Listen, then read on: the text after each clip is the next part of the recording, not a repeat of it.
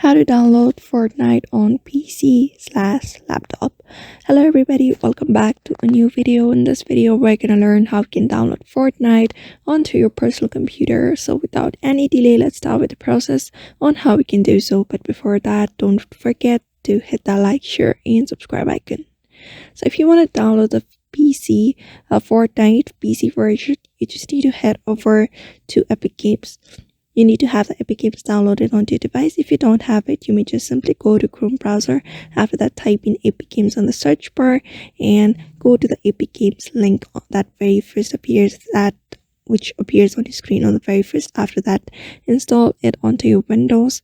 After the installation is complete, after the download is complete, you need to set it up onto your device.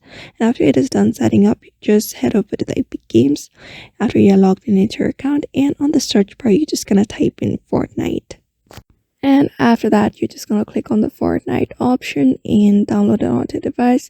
To download it, you can find this get option on the bottom.